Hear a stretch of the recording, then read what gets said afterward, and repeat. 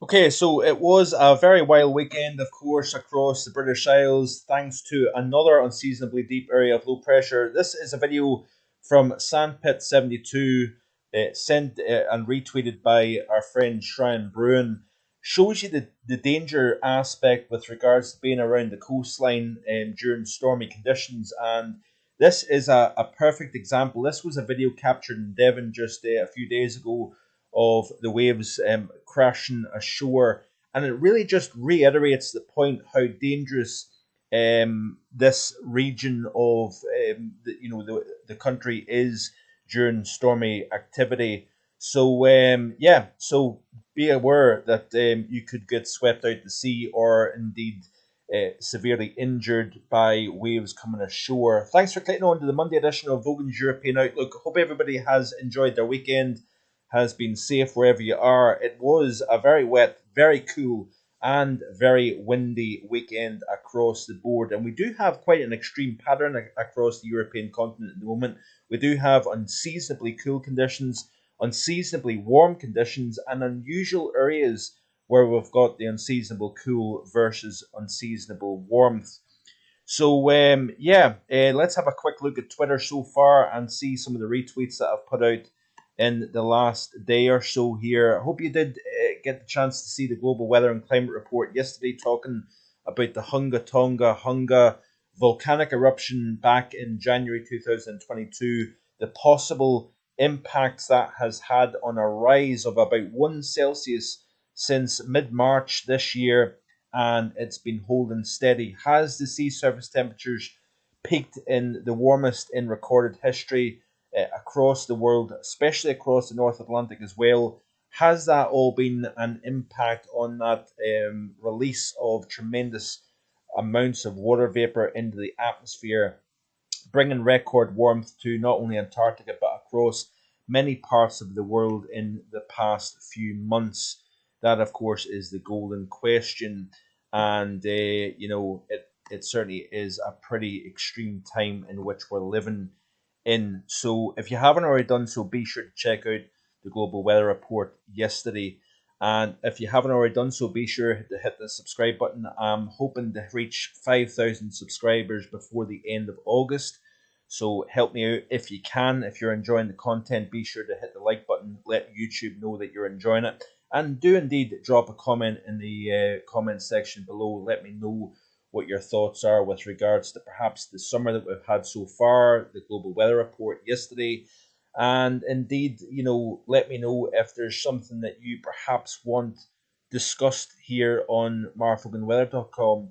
I would be curious to know, and I would certainly try anyway to look at, you know, perhaps talking about some stuff that folks would want to see discussed here on the channel. So I'm kind of trying to broaden things out a wee bit, keep things fresh, keep things interesting, and indeed, hopefully, we can start looking more and more at the upcoming winter season in the coming weeks ahead. Some long range model output is certainly very interesting with regards to high latitude blocking for certainly the first half of winter.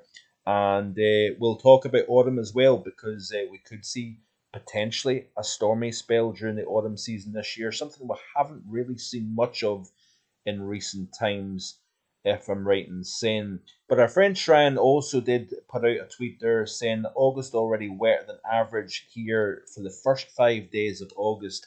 So Dublin is already wetter than average for the month of August and only 5 days into the month.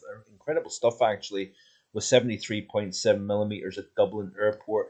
The 91 to 2020 average for the whole of August is 73.4 millimeters. So that really is quite remarkable, actually. We also seen unusually cool temperatures back on the on Saturday, with a temperature at Wittering, by the way, just in the edge of East Anglia, recorded a high temperature on Saturday of 13.5. The coldest August day, this is according to meteorologist Dan Hawley, and it's the coldest August day since 1978. Unofficial gauges recorded over 70 millimeters of rain, and Weybourne recorded a wind gust on Saturday night of 45 miles per hour. So very, very inclement weather for the time of the year. Also, the El Nino, by the way, is expected to become strong now, and 100 members, this is according to Ben Knoll, 100 of the members indicate that a strong event in Nino region 3.4 of 1.5 Celsius will continue through January 2024. So again, what impacts that may have on the winter season, we'll discuss that in the coming weeks ahead. Very, very hot conditions across the southwest of Europe. Like I said, we have had a very extreme temperature profile and an unusual one at that. Very warm conditions wafting up the eastern side of Europe, thanks to that area of low pressure that brought all the wind and rain. We'll have a look at that actually just now, because there's that area of low pressure now. This is off weathercharts.com. You can see that area of low pressure at 986 millibars, so it's deeper than it was across in the British Isles. And that is bringing very, very unsettled conditions across southern Scandinavia. As you can see here, heavy rain, thunderstorms embedded within that, strong winds as well. But we've got an area of high pressure at 1026 millibars on the Arctic coast of Finland or Russia versus that 986 millibar low over the Baltic Sea. What that's doing is we've got some very warm air over far western Russia. And with these two areas of low pressure versus high pressure, that is pulling some of this very, very warm air out of the Caspian Sea region and up into northern Scandinavia. The Baltic region just recorded its warmest night ever recorded, versus unusually cool conditions. So we've got that circulation pulling that Atlantic air into Central Europe, keeping temperatures a good 10, 12 Celsius below average versus to the north. And then that's a bit unusual to see. We're seeing record-breaking hot temperatures over the Baltic region. We've also seen record-breaking temperatures over Spain and Portugal over the weekend as well. So a very unusual temperature profile of hot in the southwest, unseasonably cool UK, Ireland, central portions of Europe, and then we're seeing record-breaking warm conditions up into the Baltic region, into southern Finland. And you can see here the current temperatures. So this is yesterday's high temperatures, unusually cool conditions across parts of Central Europe, including parts of northern Italy. We're seeing temperatures as high as 46 Celsius in parts of Spain, 42, 43 in parts of Portugal. Unseasonably cool conditions are still continuing across the UK. Hence, this is the temperature anomalies for the month of August so far. So pretty much the first week has been firmly below average. Central Europe, the near continent, UK and Ireland, northern portions of Iberia. It's a pretty extreme pattern at the moment, that's for sure. And this is current temperatures as of recording at 20 past 4 in the evening here. So 15, 16, 18 Celsius. We've got a 20 Celsius, as you can see here at Dundee.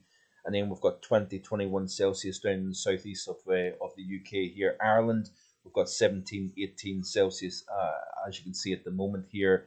And looking at Europe, the current temperatures, we've got these extremes going at the moment. Unusually cool conditions as that area of low pressure drags that fresher Atlantic air deeper into Europe, pulling that very hot conditions out of the Caspian up into southern portions of Finland. We've got a very dramatic temperature profile here, 8, 10, 11 Celsius in parts of southern Norway versus low 30s in parts of southern portions of Finland here.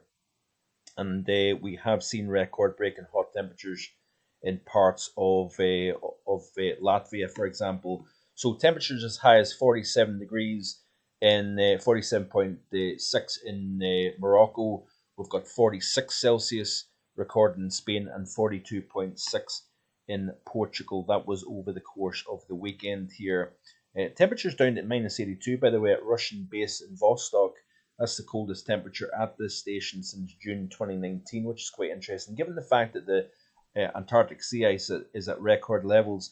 This is an interesting tweet here by Thierry Goose. Historic night in Latvia, the hottest overnight temperature ever recorded, with a minimum of 25.6 Celsius and 25.1 Celsius at the capital Riga. over the course of the weekend here. At least 50 official sites, according to Dan Harris. So, like I say, big extremes in terms of Europe at the moment. 50 official sites recorded their lowest 5th of August maximum temperature, and more notably, 4 sites in the Midlands and East Anglia with records as far back as 91 recorded their lowest August daily maximum temperature for any date. So, quite fascinating stuff. We had Berry Head record a wind gust of 78 miles per hour, Cardinham 56 miles per hour. So, very strong winds. For early August standards. There's that video, of course, by sent in by Shrine and courtesy of Sandpit72 on YouTube here. So, yeah, and just to whet your appetite, this is off the ECMWF seasonal model. Again, a tweet by Shrine Bruin for the November, December, and January period coming up. Look at that blocking across the north, and particularly so over Greenland and the North Atlantic. Look at where the negative is. That would certainly be an interesting pattern if only we could depend on that this far out. Of course, that is the big thing. Of course, we know that you can't really depend on models this far out with regards to accuracy. Upcoming 5 days off the GFS ensemble looks like this, firmly below average, now shifting across Central Europe. We are starting to see that heat ease over the next few days across the Baltic states, southern Finland, still below average across southern Norway and Sweden here, warmer than average across Iberia. We're starting to see a little bit of a pullback now over the UK and Ireland. Temperatures gradually starting to get to average, if not slightly above average, over the next 5 days or so. The following 5-day period, so the 6 to 10 day, you can still see here that we're struggling to warm things up, and this is the period now between the 12th and the 17th of August, below average across much of Wales, southern and southwestern England, average conditions for the majority of the UK and indeed Ireland, as you can see here. The 11 to 15 day, this is the period between the 17th and the 22nd, slightly above average, and notice Europe warms up quite considerably as well here. So you can see here, this is, of course, back to the overview chart of the GFS model. Look at the 850s, and you can see very nicely that area of low pressure pulling that cool, fresh air off the Atlantic into Central Europe, while we've got, of course, in the northern side of that low, tapping that heat from the Caspian region and then across the Baltic states here, hence the very warm daytime temperatures into the 30s, overnight temperatures stuck in the mid-20s, and pushing up into parts of Finland as well here. So if we play back to the overview chart, you can see here that we are slowly starting to settle things down a little bit more compared to what we've seen in the last wee while or so, certainly. So we get back to the right chart and we'll play through the loop here. You notice here we've got a kind of slack regime, bit of a no man's land in terms of weather. So we've got relatively fresh air aloft, means that we're going to see the development of showers over the UK. But notice here that we've got slightly higher pressure now starting to develop over the British Isles. So we get a bit of a reprieve since the washout conditions that we've seen over the weekend here. And play through the loop here. You notice here that area of low pressure not progressing east as much because we've got higher pressure over the UK, over the near continent. And what that's doing is that's going to allow warmer conditions to build out of Iberia, out of France, and up into the British Isles here. But notice here, as we push towards Thursday and Friday, that frontal system edges ever so closer to the UK and Ireland. So we're going to see unsettled conditions, wind picking up to the west and north of the British Isles here. If we get onto we'll continue to play the overview chart. But you notice here we do have a bit of a kind of northwest to southeast divide in conditions through the course of the upcoming weekend here, and we do then return to a slightly more unsettled regime once again for the weekend here. But let's have a look at the 850 temperatures. Big question is, how warm do we actually see? So we play through the loop. You can see here there is that warm air getting wafted north up into the British Isles with that presence of low pressure edging in from the Atlantic here. And then you notice here fresher conditions replace that warmth lifting north. So it's a temporary push of warmer conditions. Run out of time. Like, share, and subscribe, and I'll see you again with more tomorrow. Stay tuned.